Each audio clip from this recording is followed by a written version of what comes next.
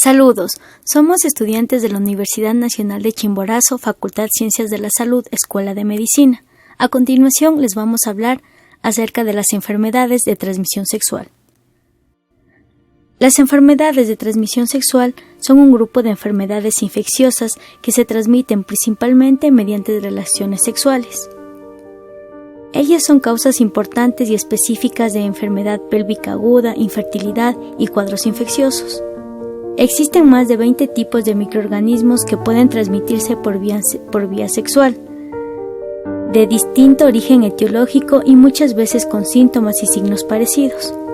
Las infecciones de transmisión sexual que con frecuencia aparecen en nuestro medio, según estudios epidemiológicos realizados en los últimos 5 años, son gonorrea, clamidiasis, sífilis, hepatitis y VIH. Con el fin de establecer criterios científicos que sustenten nuestra conducta a la hora de establecer un diagnóstico y un tratamiento sin excluir la experiencia de cada profesional, se organizó este trabajo de investigación que, tomando como fuente de aclaración bases de datos como Ginary, Media Plus, Journal, revistas médicas científicas como Cielo, entre otras, analiza el comportamiento de las enfermedades de transmisión sexual desde el punto de vista de la evidencia para guiarnos a la decisión más certera en bien del paciente.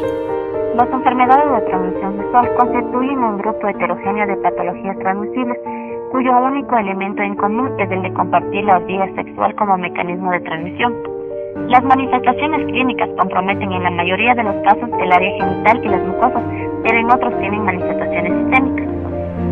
El impacto en la salud pública está dado por las complicaciones y secuelas que pueden presentar principalmente en las mujeres y recién nacidos y su relación con el aumento de la transmisibilidad del virus de la inmunodeficiencia humana desde y hacia las personas infectadas con otras ITS. Las enfermedades pueden clasificarse tomando en consideración diferentes aspectos, como el agente causal, la patología que la produce o síntomas asociados, pudiéndose agrupar en varias patologías bajo un conjunto de síntomas. Las enfermedades de transmisión sexual o venéreas forman una categoría de enfermedades transmitidas mediante actividades sexuales, como penetración vaginal, sexo oral o anal, cuyo agente etiológico van a ser los parásitos, bacterias o virus. Como podemos observar en el presente cuadro, dentro de los agentes etiológicos bacterianos tenemos a los siguientes. En primer lugar, Neisseria gonorrhoeae, el cual es causante de la uretritis, epididimitis, vaginitis, prostatitis, cervicitis, entre otros. En segundo lugar, Treponema pallidus, causante de la sífilis. Y en tercer lugar, Chlamydia trachomatis, el cual es causante de la uretritis, epididimitis, vaginitis, prostatitis, cervicitis. Dentro de los agentes etiológicos virales tenemos a los siguientes. Encabezando este grupo, en primer lugar tenemos al virus del herpes simple, el cual va a ser causante del herpes genital, herpes neonatal, meningitis de sepsis, seguido por el papilomavirus, el cual va a ser causante del condiloma acuminado, el papiloma de la laringe, cáncer de la cervix, ano, vagina, vulva y pene. También tenemos al virus de la inmunodeficiencia humana, quien va a ser causante de la infección por VIH. Dentro de los protozoos tenemos al principal agente que va a ser el Trichomonas vaginalis, causante de la vaginitis, uretritis y la cervicitis. Dentro de los agentes fúngicos tenemos a la cándida, quien va a ser causante de la vulvovaginitis y galán. Dentro de los factores de riesgo que van a producir estas enfermedades tenemos a los factores biológicos, conductuales y sociales. Dentro de los factores biológicos tenemos a la edad. Las y los jóvenes corren mayor riesgo cuando la iniciación sexual se da en la adolescencia temprana o antes. En las mujeres jóvenes, la mucosa vaginal y el tejido cervical es inmaduro, lo que les vuelve más vulnerables a estas enfermedades. El estado inmunológico, ya que el huésped y la virulencia del agente infeccioso afectan la transmisión de las ITS. Las ITS aumentan el riesgo de la transmisión del VIH. Pero también el VIH facilita la transmisión de las ITS y agravan las complicaciones de las mismas. Tipo de relación sexual. Las ITS entran al organismo con mucha mayor facilidad a través de las mucosas de la vagina, recto o boca, que por la piel. Dado que en las mujeres la superficie mucosa de la vagina que se pone en contacto con el agente infeccioso es más grande, ellas pueden infectarse más fácilmente. Los hombres y las mujeres que tienen coito anal debido a las disposiciones de la mucosa rectal, también tienen más probabilidad de infectarse. Durante el coito, la pareja receptora, ya sea esta hombre o mujer, por lo general se encuentran más expuestos a las secreciones vaginales en cuanto a la cantidad y duración de la exposición. La falta de lubricación, así como una mayor vascularización de la zona, pueden facilitar las lesiones o el ingreso a las infecciones, como sucede durante los cambios del cuello uterino durante el ciclo menstrual. El uso de hormonas o ante la presencia de hemorroides en el recto u otras patologías anorrectales. Dentro de los factores conductuales tenemos: las conductas que aumentan el riesgo de infección incluyen tener relaciones sexuales bajo el efecto del alcohol u otras drogas, tener varias parejas sexuales simultáneas, cambiar frecuentemente de parejas sexuales, mantener contacto sexual con parejas sexuales, trabajadoras y o trabajadores sexuales o sus clientes sin protección, compartir juguetes sexuales sin limpieza adecuada previa, que se utilice en vagina, ano, recto, boca, tener relaciones sexuales con penetración y sin protección, haber tenido una ITS durante el último año, ya que se corre el riesgo de volver a contraer la infección si no se modifica las conductas sexuales, tener relaciones sexuales bajo violencia. Dentro de los factores sociales incluye los hombres que tienen sexo con hombres, mujeres transgénero, trabajadoras y trabajadores sexuales y sus clientes, hombres o mujeres que tienen múltiples parejas sexuales simultáneas, hombres o mujeres alejadas de sus parejas sexuales habituales, como el caso de los conductores de larga distancia o soldados, personas privadas de la libertad, mujeres y hombres que viven violencia sexual, jóvenes sin información y servicios adecuados, población indígena o marginada, población migrante y mujeres embarazadas. Como recomendación tenemos: obtener una historia sexual de los adolescentes, informar a los adolescentes de que la abstinencia es la manera más efectiva de prevenir el embarazo y las infecciones de transmisión sexual, proporcionar información detallada acerca de todos aquellos métodos anticonceptivos. La denominación de las enfermedades de transmisión sexual responde a su principal forma de transmisión, las relaciones sexuales. No obstante, la infección puede ocurrir en neonatos debido a la transmisión intrauterina durante el parto o a través de la lactancia materna. A pesar de existir tratamientos curativos para la mayoría de las enfermedades de transmisión sexual, desde hace más de 40 años estas permanecen como un importante problema de la salud pública. Se estima que en el mundo actual se infectan con enfermedades de transmisión sexual diariamente cerca de 685,000 personas y se asume que cada año podrían ocurrir 340 millones de casos nuevos a nivel mundial.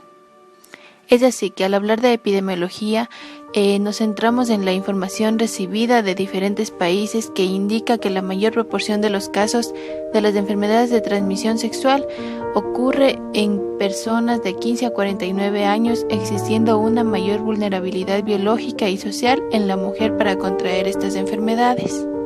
Según la Organización Mundial de Salud, cada año se producen 448 millones de nuevos casos de infecciones de transmisión sexual, entre las que tenemos las curables, las cuales son la sífilis, gonorrea, clamidiasis y tricomoniasis. Algunas de estas infecciones son asintomáticas. En las embarazadas con sífilis tempranas no tratadas, el 25% de las embarazadas acaban en muerte fetal y el 14% en muerte neonatal. Las enfermedades de transmisión sexual son la principal causa prevenible de infertilidad, sobre todo en la mujer. La OMS recomienda un enfoque sindrómico del diagnóstico y del tratamiento de estas enfermedades. Aquí podemos observar los casos de gonorrea y sífilis entre los años de 1995 al 2010 y en las enfermedades de transmisión sexual, según el Centro Sandoval, las diagnosticadas como tenemos el papiloma, la sífilis, la clamidia, el linfogranuloma venéreo, gonocócica, incluido tenemos el virus del SIDA, la hepatitis C y la hepatitis B, presentándonos casos entre el 2005 al 2011. Una de las principales causas para adquirir las infecciones de transmisión sexual son principalmente las relaciones sexuales, entre las cuales lo más común es la falta de protección con métodos de barrera anticonceptivos. Es por eso que se les presenta una distribución poblacional de las mujeres jóvenes en cuanto a la condición del uso de métodos anticonceptivos. Podemos observar en esta tabla, según una encuesta nacional, en el año del 2009. En cuanto a las manifestaciones clínicas, tenemos la identificación de las manifestaciones clínicas, entre los cuales presentamos un cuadro en el cual no se identifican manifestaciones en un 38.90% y algunas manifestaciones presentan en el 61.10%. Pudimos observar también que entre los años 2005 y 2010 la candidiasis urogenital y el virus del papiloma humano son las afecciones de mayor incidencia en jóvenes de 15 a 24 años, siendo más alta entre los jóvenes de 20 a 24 años. No se observa tendencia clara de disminución, lo que es preocupante, pues la precursora de las lesiones que puede terminar malignizándose. En cuanto a las manifestaciones clínicas, tenemos que en un 10 a un 40% de las mujeres con infecciones clamidiales no tratadas acaban presentando enfermedad inflamatoria pélvica sintomática. El daño de las trompas por la infección es responsable de un 30 a 40% de los casos de infertilidad femenina. Un 70% de las mujeres y una importante proporción de los hombres con infecciones gonocócicas y clamidiales no se presentan ningún tipo de síntoma. Tanto las infecciones sintomáticas como las asintomáticas pueden producir complicaciones graves. Como ya mencionamos, a menudo no existen síntomas, pero sin embargo algunos síntomas que se pueden identificar en las enfermedades de transmisión sexual son secreción o olor inusual en la vagina, dolor en el área pelviana, en el área entre el ombligo y los genitales, dolor en el área de la ingle, ardor y comezón en los genitales, sangrados de la vagina que no corresponden a un periodo menstrual, dolor profundo dentro de la vagina durante las relaciones sexuales, goteo o secreciones perineales, llagas, bulbos o ampollas cerca de los genitales, el recto o la boca, ardor y dolor al orinar o al mover los intestinos, micción frecuente. Centrándonos más en las manifestaciones clínicas en cuanto a las enfermedades de transmisión sexual ulcerativas, tenemos el herpes genital. En el cuadro clínico va a presentar dolor urente e intenso, poliacuria, disuria, vesículas con o sin pústulas que van a evolucionar a úlcera o a una cóstrula. En cuanto a la sífilis, el chancro, úlcera aislada no dolorosa, bordes redondos elevados con base íntegra en cuello uterino, vagina o vulva. En cuanto al chancroide, inicia con una pápula eritematosa, pústula, úlcera de bordes irregulares, dolorosa y blanda.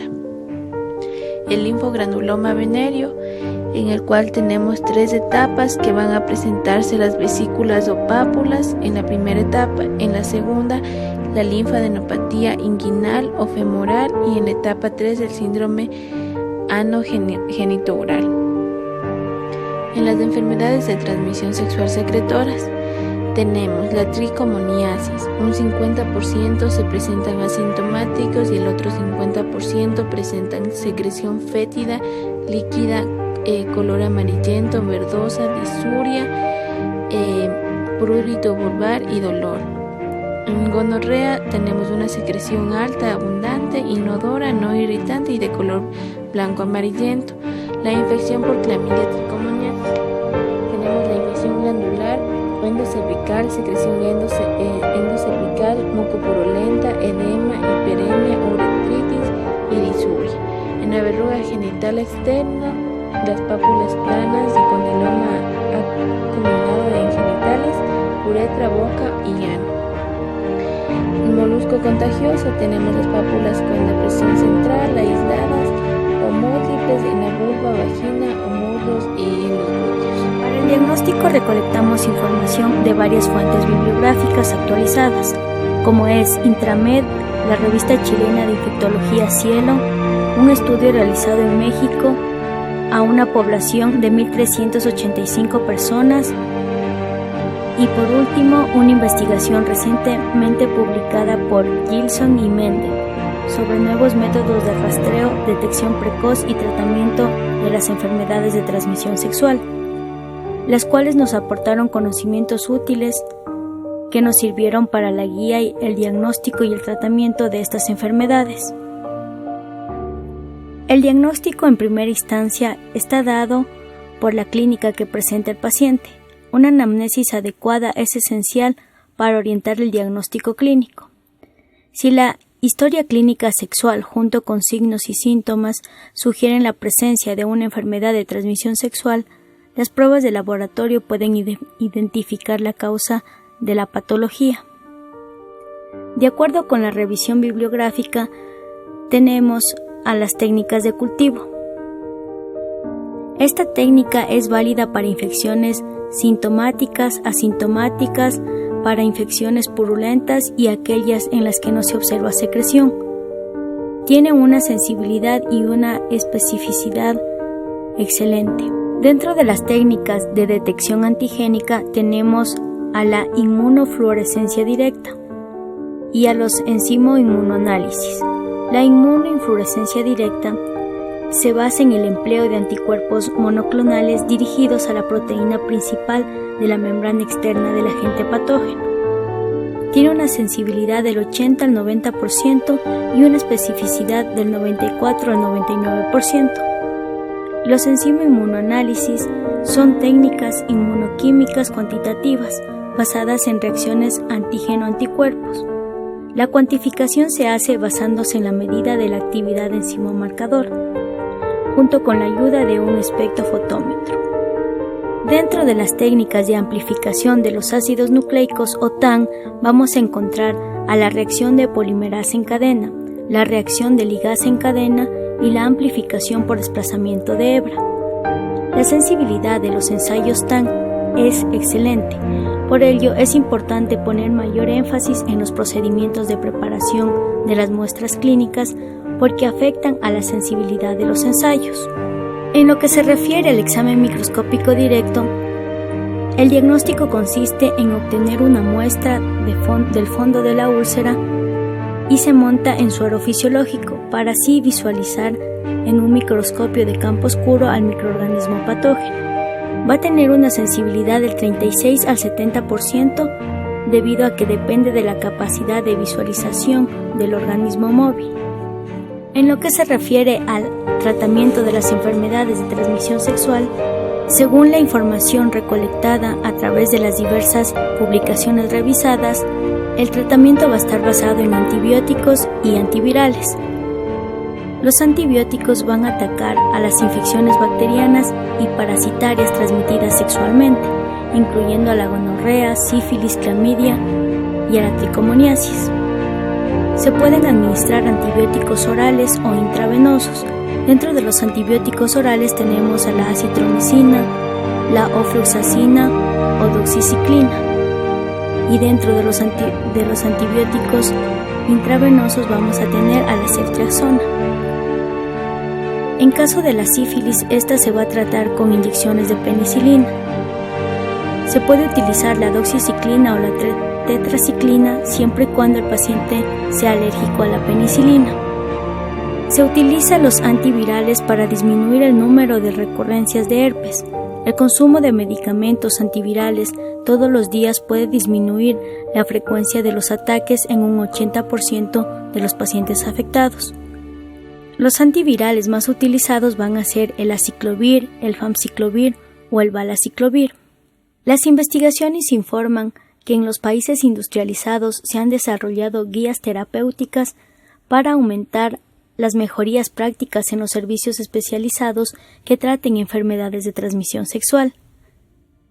El Center of Disease Control de los Estados Unidos se ha ocupado de las guías terapéuticas. En el Reino Unido se cuenta con una guía nacional de enfermedades de transmisión sexual y otras afecciones estrechamente relacionadas, publicada por el Clinical Effectiveness Group. De acuerdo con la política sanitaria actual en ese país, las guías constituyen el fundamento para los protocolos terapéuticos de los especialistas y los médicos de atención primaria. En las regiones con escasos recursos donde no se cuenta con la ayuda de métodos de laboratorio, las investigaciones aconsejan el manejo sindrómico, con decisiones terapéuticas basadas en algoritmos que mapean los síntomas y los signos, cuya finalidad es hacer el diagnóstico de mayor probabilidad y aconsejar el tratamiento con mayor posibilidad de lograr una curación. Finalmente, hemos concluido que el nivel de reconocimiento de las manifestaciones clínicas de las infecciones de transmisión sexual no es el esperado. Dentro de los demás síntomas que identificaron con mayor frecuencia está el de la sífilis, no considerando las demás patologías.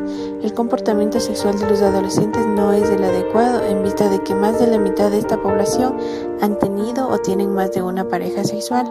El uso de preservativo o condón no siempre protege y no siempre lo usan en sus relaciones sexuales, siendo este uno de los principales factores para adquirir una infección de transmisión sexual. ¿Existe alguna relación entre el nivel del conocimiento y reconocimiento de las manifestaciones clínicas de las infecciones de transmisión sexual con el comportamiento sexual? Recomendaciones. Es recomendación tipo A el rastreo de clamidia en mujeres menores de 25 años sexualmente activas. Existe una recomendación tipo B para el rastreo de gonococo en mujeres de alto riesgo. El rastreo de gonococo en hombres de alto riesgo es menos claro, por lo que vendría a ser una recomendación de tipo C. El rastreo de sífilis está recomendado en personas de alto riesgo y embarazadas, recomendación tipo A. Este trabajo de las enfermedades de transmisión sexual está basado fundamentalmente en diversas revisiones bibliográficas.